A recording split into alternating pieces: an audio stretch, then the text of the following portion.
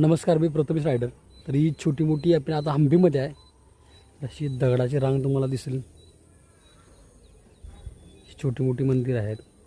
तर आम्ही आता इथून खाली आलो आहे आणि छोटंसं हे मंदिर एक आहे. त्यांनी हाय दगडा स्ट्रक्चर बांधून घेतल्यास मस्त केलं आहे.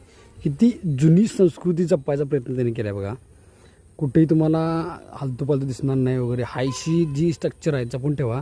आणि आमच्या इथली अधिकारी आणि प्रशासन पाडापाडी कर, कुठं काय कर, काही त्यांना देणं घेणं नाही. तो मंदिर बघा एकदम जुनं आहे, प्राचीन आहे. आणि त्यावर काय कलाकृती आहे. आणि भगवा ध्वज बघा कायम फडकत असतो. म्हणजे किती मेंटेन ठेवले. इकडं साईडला पण तुम्हाला एक मंदिर दिसेल.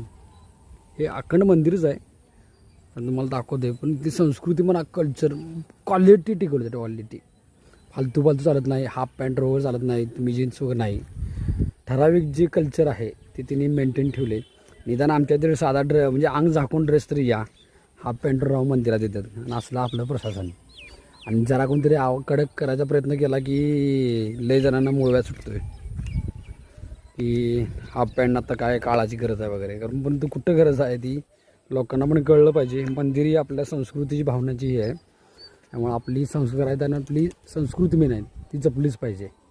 तर असंच कल्चर इथं पण आहे. त्यामुळे त्यांनी मेंटेन ठेवलं आणि आपल्या महाराष्ट्रानं पण किंवा संपूर्ण भारतात हे मेंटेन ठेवलं पाहिजे. व्हिडिओ आवडला तर नक्कीच शेअर करा.